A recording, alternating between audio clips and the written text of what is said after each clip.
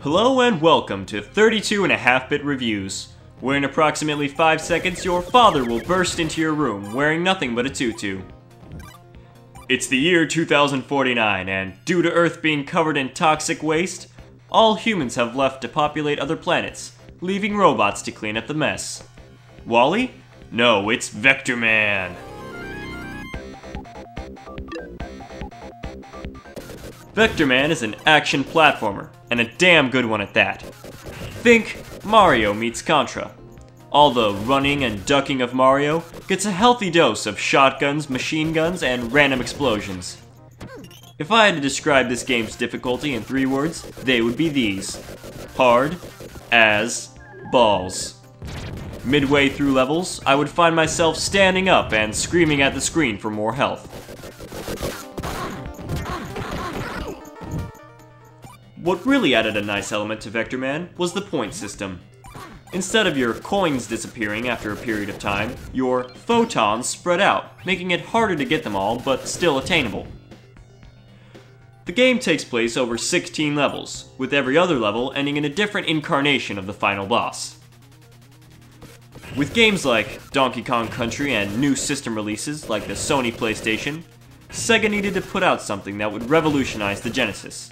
Enter Blue Sky Software. Their ability to use graphical tricks to make it seem like Vectorman is 3D astounds me to this day.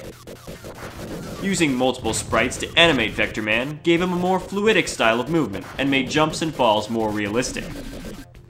Bosses are also very well done, and while some may seem unoriginal, characters like the one in Hydroponic Labs make up for it tenfold.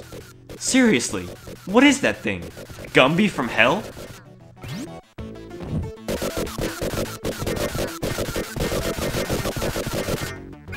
Now comes my favorite part of this game, the soundtrack.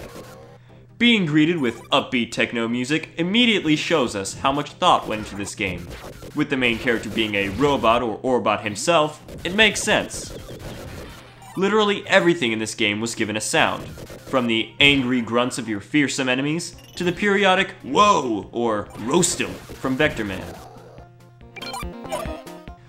The only thing that could have been done better was variety.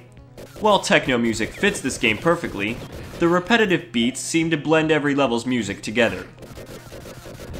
In terms of story, this game is a tad lacking.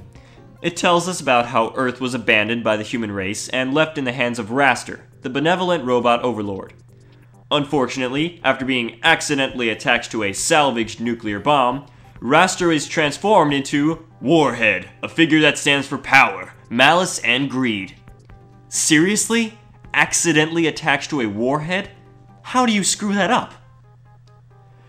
Vectorman for the Sega Genesis is a must-have.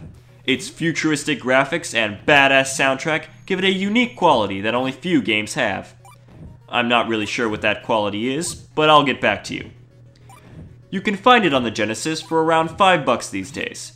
But if most of you have long forgotten about the Genesis and have moved on to newer systems, hope is not lost. Sonic's Mega Collection for the PlayStation 3 or Xbox 360 features Vectorman along with many other popular games on the Genesis.